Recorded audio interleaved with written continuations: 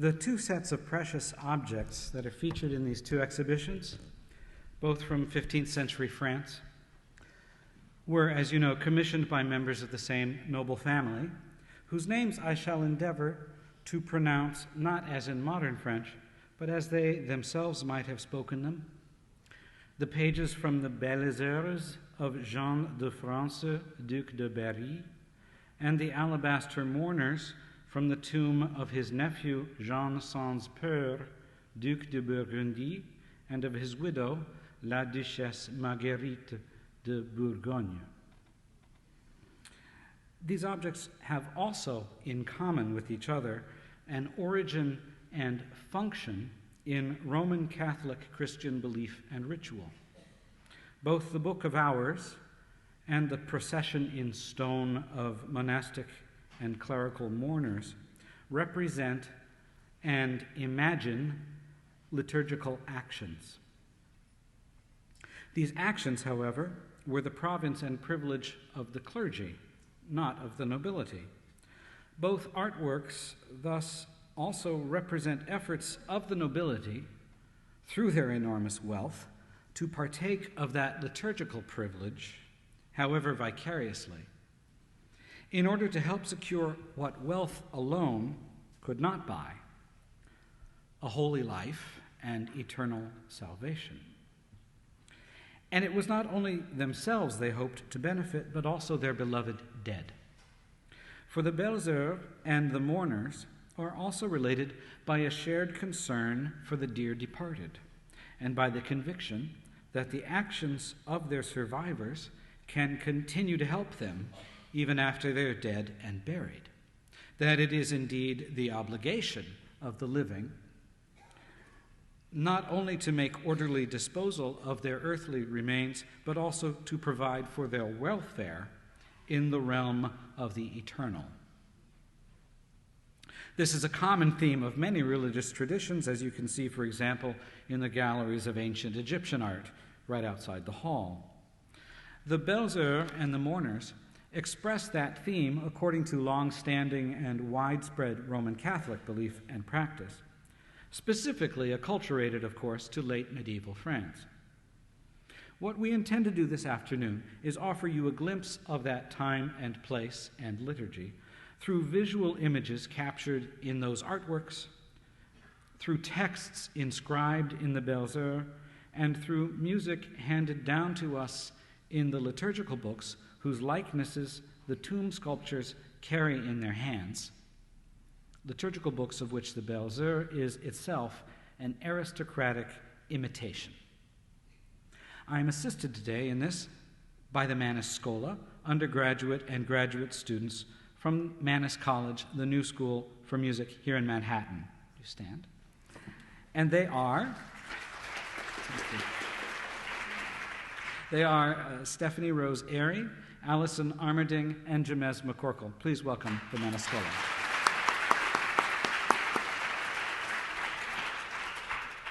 But before we sing, a few more words about those books. The Belles Heures as a book of hours is intended for the hands of the wealthy laity, but modeled after liturgical books which the clergy carry, and which they use at the canonical hours, also known as the divine office, the round of services morning, noon, and night that is their daily labor. Here you see 3 clerics from the tomb of Jean Sans Peur, each holding a book. In fact, of the 39 statuettes that have traveled here from France for this exhibition, 10 of them brought a book. Whether singing or reading from it like the cantor on the left, carrying a closed volume like the figure in the center, or holding the book open even without looking at it, as with the bishop on the right, who seems to have been overwhelmed with grief in the midst of the procession. 2 other mourners carry their books wrapped in a leather traveling bag. This is a funeral procession, after all. They know this part by heart. As monastics, the commemoration of the dead is their business and their daily bread. The wrapped book contains all their prayers and thus represents the sum of their training, their station, their office. To me, this makes their expressions of grief all the more effective. These are people who pray for the dead all the time, we imagine. And yet here they are, overcome with loss. The Office for the Dead plays an important role in the Book of Hours as well. This opening from the Belles Heures gives the end of the Mass for All Saints on the left, and on the right the beginning of the Mass for All Souls. The latter also serves for funeral and votive masses for the dead, for example, to commemorate the week, month, and anniversary of an individual's passing. The painting shows a view of monks in chapel chanting before a coffin draped in black. This is flanked by 2 smoking tapers and placed under a church-like canopy, mounted with about 100 smaller candles. You notice how each monk is chanting from his own book. Below the picture is the text, which is spoken in a low voice by the priest or bishop upon reaching the altar at this Mass, which the choir, meanwhile, sings aloud. This particular entrance chant, or introit, is one of the best-known items in the repertoire of Gregorian chant, the traditional music of Roman Catholic liturgy from the Middle Ages onward. You might know its name as pronounced in Italy, Requiem, and the Mass as it is known as the Requiem Mass. But there weren't so many Italians in 15th century France. Mainly they were French. And so, like every nation in Europe during the Middle Ages, they approached the Latin language from their own vernacular and pronounced it accordingly. And so we believe, based on the research of linguists and historians, that in the chapel of Jean de France, Duc de Berry, this introit might have sounded something like this.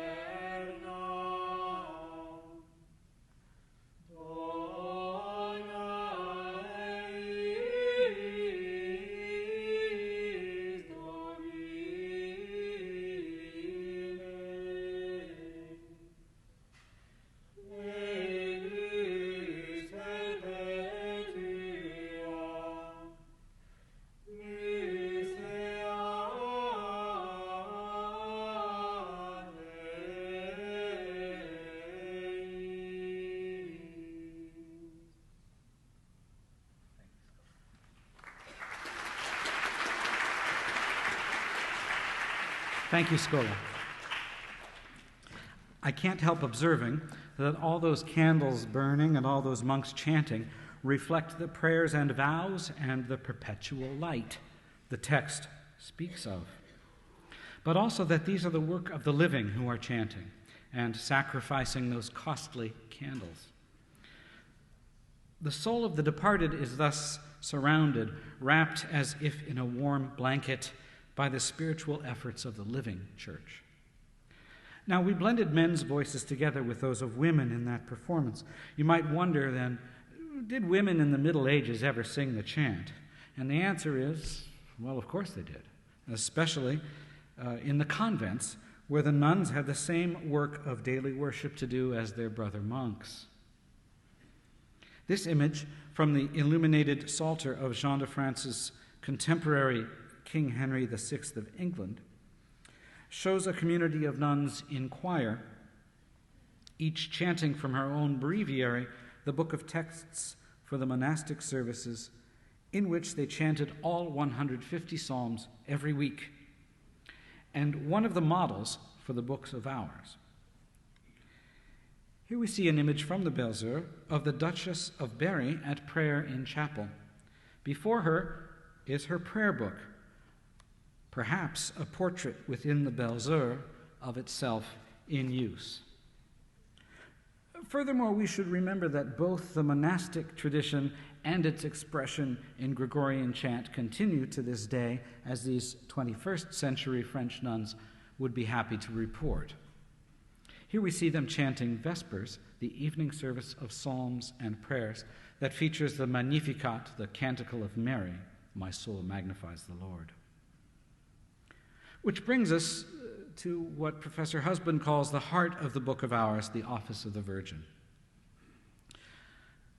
Here is the opening page of that section of the Belles Heures, perhaps the most richly decorated in all the book. As a musician, I just want to draw your attention to all of the music making going on in this. First, there's a flute player over there. There's an angel playing a viol here. Another one playing the lute. And at the bottom of the image, we have an angel playing the organ and another playing the harp. I also point out to you that what is depicted as treasured possessions of the Blessed Virgin, her prayer books. Now I'm going to show you what the Middle Ages viewed as a terrible way to die, and in contrast to that, a good and holy death. One of the picture cycles in the Belles Heures tells the story of how the great litany came to be established as part of the Roman liturgy during the reign of Pope Gregory I, who is shown here in the pulpit. This is the same Gregory the Great, by the way, after whom Gregorian chant is named. When he was elected pope, the story goes, a plague had been killing many of the Roman people, making them fall down dead almost without warning. This plague struck so quickly, this caption tells us, that a man would suddenly sneeze, and one could scarcely pronounce, "God bless you," before he gave up the ghost. What this picture suggests is that this led to some rather hasty and undignified burials, until Gregory composed the great litany and recited it in procession as to beg for God's mercy. The plague was lifted, and so even to this day, in seasons of penitence and in times of danger and catastrophe, Catholics recite this same litany, which includes a plea for deliverance from what the Book of Common Prayer translates as dying suddenly and unprepared. Contrast this with the depiction elsewhere in the Belles Heures of the death of St. Anthony at a ripe old age after a holy life. Here, his disciples discover his lifeless body, and we see his soul taken up like a young child by angels to God. The caption of this following page, then, says that he finally rested in peace. After such a life of holiness, what else could have been necessary for his peaceful rest? I think it's the prayers and ceremonies of his survivors who follow the rituals. Here his brother monks recite the office of the dead over the body of the saint, each reading from his own breviary. This then was a good death. But you couldn't live a wicked life and expect others to save you. In yet another picture cycle, a professor at the University of Paris dies after a life devoted not to God so much, but to scholarship.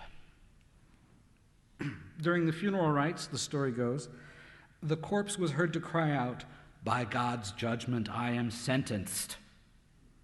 Once in church, and twice when they were trying to bury him.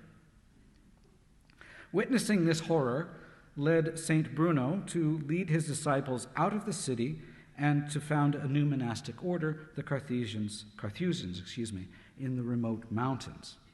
Here they are, later in the story, donning their distinctive white habits and entering their new monastery. Now, the Dukes of Burgundy were patrons of this order, and some of the mourners, such as this one, wear Carthusian habits. Oh, look, he's reading his breviary. Now, in their natural habitat, the tomb of Jean Saint-Peur, the figures are set within a marble arcade as in a narrow cloister.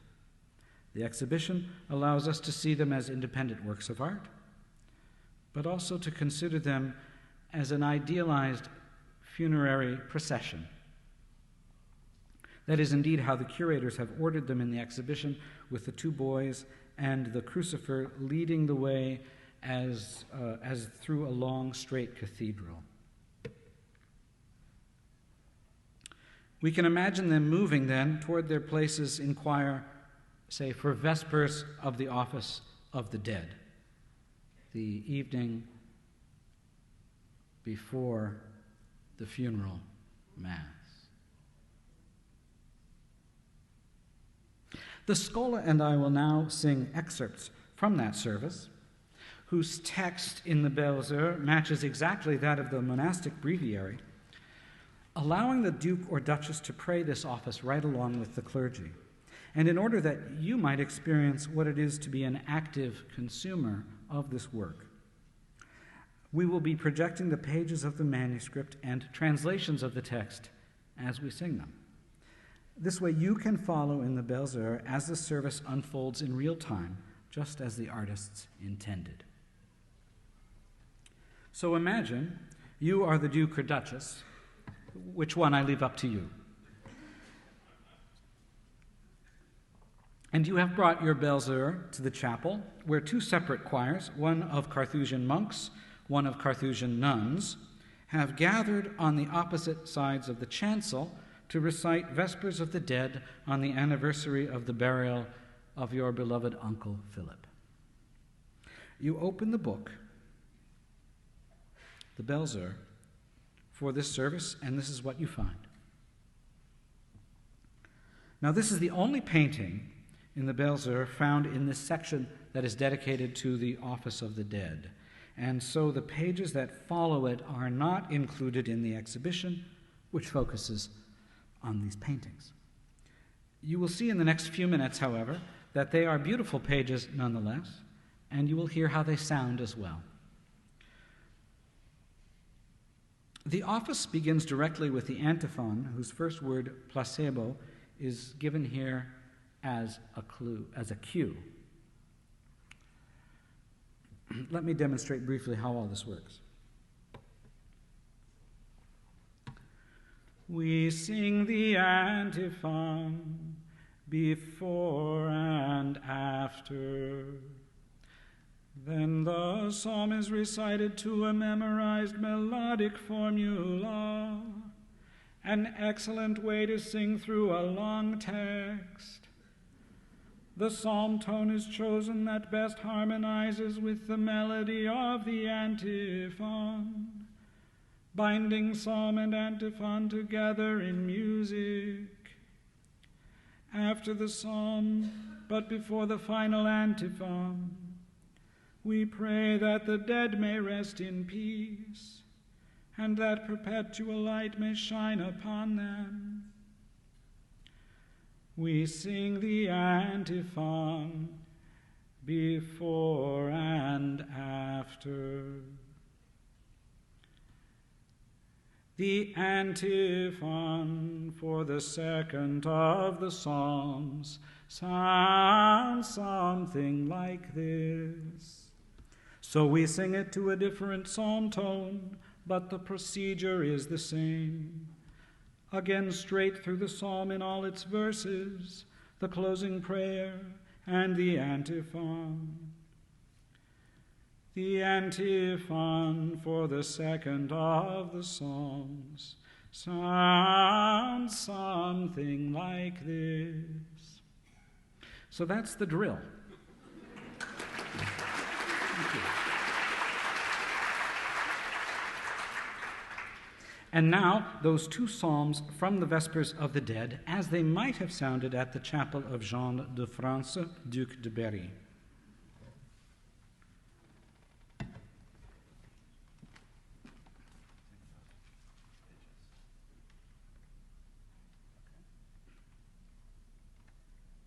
Placebo Domino, in regione vivorum, diles iconianes audiet Dominus, vocem orationem et, quia divina vinare sia vici,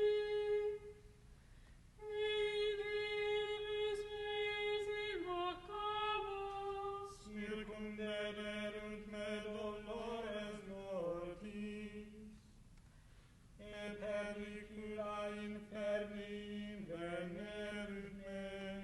Tribulationem et dolorem vivei, in nomen Domini invocavi. O Domine, libera animam meam, misericordia minus et justus, et Deum noter miseretur. Custodies carneros Dominus, immunidatis sume liberavit me. Convertere animam mea in requiem tuam, quia Dominus benefecit tibi, quia reliquit animam meam de morte, oculos meos a lacrimis, fides meos a lapsus. Placebo Domino, in regione vivorum, requiem aeternam, dona eis Domine, et lus perpetua, luceat eis. Placebo Domino, in regione vivorum. Heime, quia in colatris meis, prolongatis et, ad Dominum cum tribularer clamavi, et exaudivit me. Domine, libera animam meam a nabis iniquis, et a linga dolosa, fidetur tibi autida ponatur tibi, ad lingam dolosam, sagite potentis ancite, cum carbonibus desolatoris, eumicia incolatus meus prolongatus et, habitavi cum habitantibus cela, multum in cola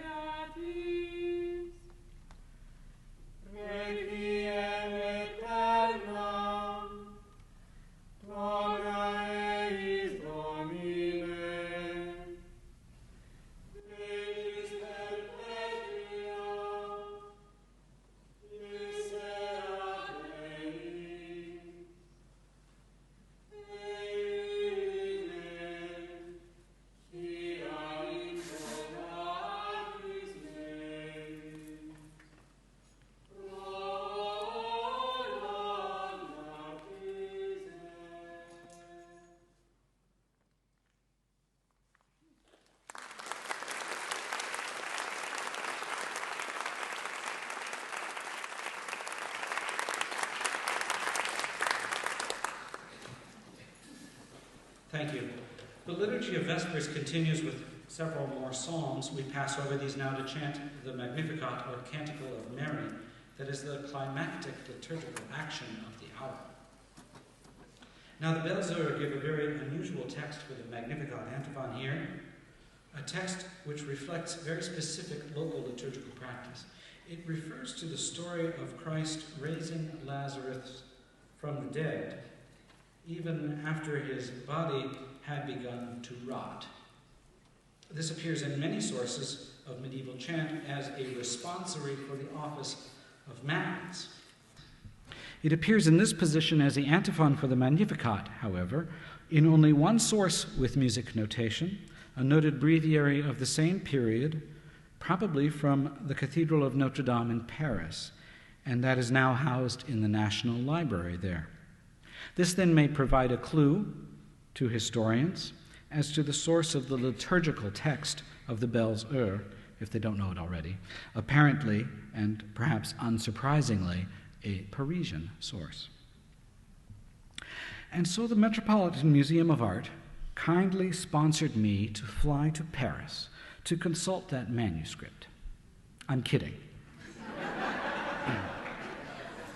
What I have done is to determine from an online database of chant sources, no less, the mode and formula for the Magnificat tone that goes with this antiphon, and I have the text, and from that I have extrapolated through comparison with other Magnificat antiphons of the same mode, a reasonable facsimile of this antiphon, even though I've never seen a note of it. The repertoire is quite formulaic, and once you spend 20 or 25 years on this stuff, it comes easy. Would you stand? After the Magnificat, the office of Vespers closes, as will our presentation, with a series of short prayers.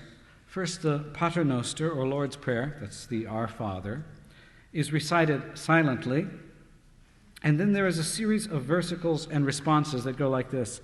E ne nos inducas in tentationem.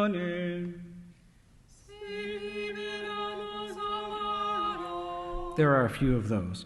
And then whoever is leading the service, since it's Vespers, this might be a priest or a bishop, or in the absence of such, a monk or even a nun. That person chants a prayer for the departed. There are two further versicles and responses for the repose of the dead, and then all depart in silence.